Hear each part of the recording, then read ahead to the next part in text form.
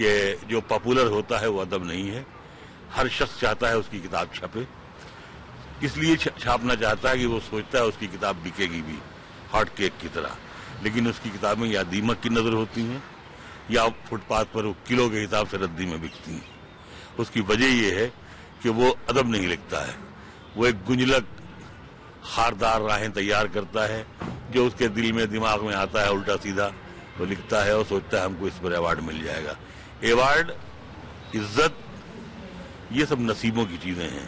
اس کے لیے بھاگنے، لڑنے اور دوڑنے سے، جگاڑ لگانے سے میرا اپنا خیال یہ ہے کہ اس سے ضمیر مر جاتا ہے. انعام آپ کو مل سکتا ہے لیکن آپ کا ضمیر شرمندہ رہتا ہے کہ ہم نے یہ کسی طرح سے میں نے حاصل کیا ہے. میں، جیسا کہ پوری دنیا کو معلوم ہے، میں رائے بریلی کا رہنے والا ہوں، میں سپر پرائم منسٹر اور پرائم منسٹر کے علاقے کا رہنے والا ہوں، اور ہماری نظم میرے دروازے پہ لکھ دو یہاں ماں رہتی ہے، سونیا جی کے ڈرائنگ روم میں لگی ہوئی ہے.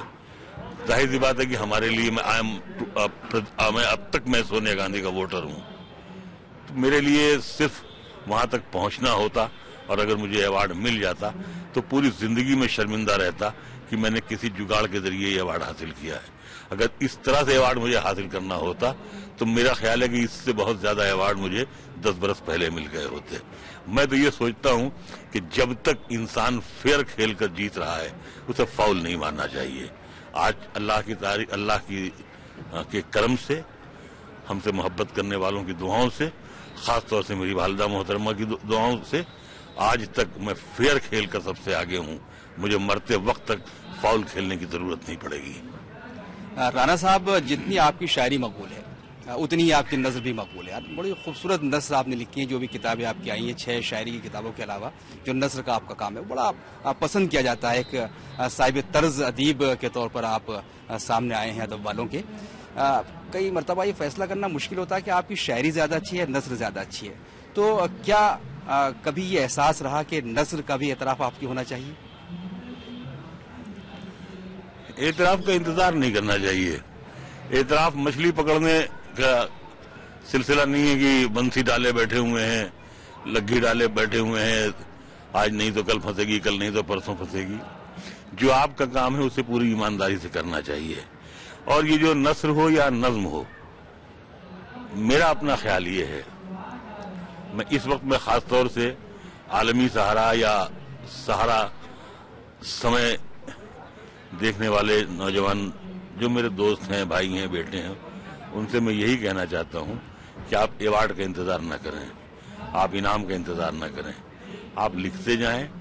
آپ اگر اچھا لکھیں گے تو آپ کو حاصل ہوگا. مجھے حاصل ہونے کی سب سے بڑی وجہ یہ ہے کہ میں نے اپنے بزرگوں کی بہت عزت کی. میں نے، میرے یہ جو ہاتھ ہیں، یہ میرے ہاتھ، میں نے ان سے کم 100-150 شاعروں، کویوں، بزرگوں، سادھوؤں، صوفیوں کی میں نے جوتیاں اٹھائی ہیں.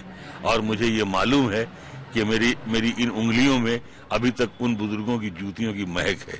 شاید اسی خوشبو کا اثر ہے کہ میں جو لکھتا ہوں، نثر لکھوں اللہ اسے بھی مقبول کر دیتا ہے، نظم لکھوں وہ بھی مقبول ہو جاتی ہے. اور میں شکر گزار ہوں کہ مجھے اپنے بزرگوں کی خدمت کا موقع ملا، اور اپنے بزرگوں، اپنے بڑوں، اپنے سینئرز کا احترام کیے بغیر اگر آپ کو کچھ حاصل ہو جاتا ہے تو وہ آپ کا نصیب ہو سکتا ہے، آپ کا اعزاز نہیں ہو سکتا ہے. اگر آپ کی نثر پر بھی کوئی ایوارڈ ملتا ہے، ساہتیہ اکیڈمی ایوارڈ جیسا ایوارڈ یا اس سے بڑا کوئی ایوارڈ، تو آپ کو یقیناً خوشی ہوگی. ساہتیہ اکیڈمی کو تو مجھے 2-3 ایوارڈ دینا چاہیے. نثر تو الگ ہے، ہماری تو مہاجر نامہ ہمارا بڑا کام تھا، بڑا کام ہے، اس پر ملنا چاہیے تھا. خیر نہیں ملا. لیکن نثر پر یہ میں نے یہ بات کہی بھی کہ جیسے میں نے، یہ میری تنقید نہیں تھی، مشورہ تھا کہ ایوارڈ اور عبادت یہ جوانی میں اچھے لگتے ہیں. یہ کیا چارپائی میں لاد کر کے لا رہے ہیں، 3 آدمی مجھے پکڑ کے لا رہے ہیں، چچا کو ایوارڈ ملا ہے، میرے دادا ہیں آئے ہیں ایوارڈ لے. 2 ایسے بیچارے تھے، ایک لڑکی تھی گوا سے آئی تھی، اس کی والدہ گزر گئی تھی ایوارڈ لینے سے پہلے ہی. ایک صاحب اور آئے تھے، ان کے والد گزر گئے تھے جو ایوارڈ لینے آئے تھے. ایوارڈ 40 سال کی عمر، 45 سال کی عمر میں ایوارڈ مل جانا چاہیے. جو شخص 40-45 سال کی عمر میں اچھا نہیں لکھ سکتا ہے وہ 60 سال کی عمر میں بھی اچھا نہیں لکھ سکتا ہے. یہ فیصلہ اسی وقت ہو جاتا ہے، چمک اسی وقت ہو جاتی ہے. تو اب ظاہر سی بات ہے یہ ہمارے یہاں سلسلہ اس طرح ہے تو، لیکن اگر ایمانداری سے اگر دیکھا جائے تو ہماری نثری جو تخلیق ہیں ان پر ہمیں ایوارڈ ملنا چاہیے، لیکن ہم نے آپ سے جیسے شروع میں کہا کہ ہم اس کا انتظار نہیں کر رہے ہیں. ہم جانتے ہیں کہ ہمارا جو ناقد ہے وہ ابھی پیدا نہیں ہوا ہے. ہمارا ناقد اس وقت پیدا ہو جائے گا جب ہم مر جائیں گے. جب ہم مر جائیں گے تو اس کے بعد یہ زمانہ، یہ دنیا ہماری ہوگی انشاءاللہ. آپ کی جو شاعری کی کتابیں آئی ہیں اردو سے پہلے ہندی میں آئی ہیں، آپ ہندی والوں میں بھی اتنے ہی مقبول ہیں جتنے اردو والوں میں ہیں. بڑا کام کیا آپ نے دونوں زبانوں کو قریب لانے کا، لیکن آپ کے ہندی کے کام کی بھی ستائش ہونی چاہیے، اس کی طرف بھی توجہ دی جانی چاہیے. دیکھیے پہلی بات تو یہ جو منٹو نے کہا تھا کہ میں فلم سے کماتا ہوں، ادب کی خدمت کرتا ہوں، اسی طرح ہندی میں جتنی کتابیں ہماری چھپیں اب تک مجھے کم سے کم 10 لاکھ روپے رائلٹی ملی ہوگی جو ہندی میں ہماری کتابیں چھپیں. اردو میں بہت سی کتابیں چھپیں، کبھی کوئی رائلٹی نہیں ملی. کہیں کوئی نقلی چھاپ لیتا ہے، کہیں کوئی ادھر کر دیتا ہے ادھر کر دیتا ہے، کبھی 10 پیسے بھی نہیں ملے. تو کہنے کا مطلب یہ ہے اردو میری زبان ہے، اردو میرا عشق ہے، اردو میرا آنر ہے، اردو میرا خاندان ہے. اس لیے اردو کے لیے مر مٹنا میری مجبوری ہے. ہندی میں اس لیے چھپتا ہوں کہ مقبولیت کے ساتھ ساتھ وہاں پیسے بھی ملتے ہیں جس سے جو میرے کام بھی آتے ہیں، اور کبھی کبھی اللہ دوسرے لوگوں کی مدد بھی میرے ان ہاتھوں سے کروا دیتا ہے. آپ نے ذکر کیا کہ میری تو اور بھی کتابیں جن پر ایوارڈ مل سکتا ہے، اس کا اعتراف ہونا چاہیے. میرا یہ ماننا ہے کہ آپ کی ہندی شاعری کا جو اردو شاعری دیوناگری میں آئی ہے، جو ہندوستانی شاعری ہے دراصل، اس کا اعتراف بھی ہونا چاہیے. لیکن کیا کبھی کوئی کسی نکتہ چینی کا سامنا کرنا پڑا کہ انصاف کی اردو سے پہلے ہندی میں کتابیں آ جاتی ہیں؟ ہاں، یہ تو بہت، اصل میں ہمارے اردو والے جو ہیں نا بڑے مین میخی ہیں. ان کے پاس کوئی کام نہیں ہوتا ہے تو صرف تنقید کرتے رہتے ہیں اور کیڑے نکالتے رہتے ہیں. زبان کو اتنا پھیلاوا دے ہی نہیں سکے جتنا دینا چاہیے تھا. ہندی اور اردو کے بیچ میں پل ہی نہیں بنا سکے. ہم لوگ جو کوشش کرتے ہیں اس کو یہ سب مسمار کر دیتے ہیں.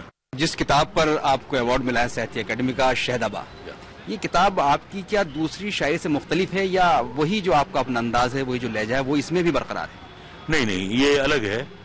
اس میں جیسے آزاد نظمیں ہیں، اس میں مثلا یہ کہ جیسے میرا ایک شعر ہے نا کہ میں لفظ لفظ بنا کر گوہر دکھاؤں گا تمہیں، غزل میں میں اپنا ہنر دکھاؤں گا. تو اس میں نے ہنر دکھایا ہے. جو بہت سے یہ جو ہمارے سو کالڈ پڑھے لکھے لوگ جو ہوتے نہیں ہیں، خالی ڈگری چھپوا لیتے ہیں. ہمارے اوپر تو ہم نے پڑھا لکھا نہیں اتنا، لیکن ہمارے اوپر 5 لوگوں کو ڈگری ملی ہے پی ایچ ڈی کی. 5 لوگوں نے پی ایچ ڈی کی تھیسس مکمل کی ہے اور ان کو ایوارڈ ہو چکی ہے. تو میں نے تو اتنا پڑھا نہیں، لیکن میں شروع سے میں یہ کہتا تھا کہ میرا شوق یہ ہے مجھ پر پی ایچ ڈیاں کی جائیں، میں پی ایچ ڈی نہیں کروں گا. تو اس میں یہ ہے کہ اس میں آزاد نظمیں بھی ہیں، پابند نظمیں بھی ہیں، پروز آرڈر میں جو نظمیں ہیں وہ بھی ہیں، اور غزلیں بھی مختلف ہیں. اور سب سے بڑی بات یہ ہے کہ اس میں بہت سے ایسے شعر میں نے یکجا کیے جن کا عنوان ہی میں نے دیا جو قطرنے لباس کا حصہ نہ بن سکی. کیونکہ جب میں کافی بیماریوں کے زمانے میں کچھ شعر کہے، 2 کہے، 1 کہے، 3 کہے، چھوڑ دیا، تو میں نے پھر سب کو یکجا کیا. تو یکجا کرنے سے ظاہر سی بات ہے کہ اس کی رنگت بھی بدل گئی، اس کے اندر کا میٹر بھی سب بدل گیا. اب اس میں عام طور سے ہماری سب کتابیں سب غزلیں ہوتی تھیں. لوگ یہ سمجھتے، چونکہ ہمارا پڑھے لکھے لوگوں کا ایک حلقہ ہی ہے، وہ سوچتا ہے اگر کوئی نظم نہ کہے تو وہ بڑا شاعر نہیں ہو سکتا. تو میں نے کہا بھائی نظم بھی کہہ دی جائے. تو اس میں بہت سی نظمیں بھی ہیں، پابند بھی ہیں، آزاد بھی ہیں.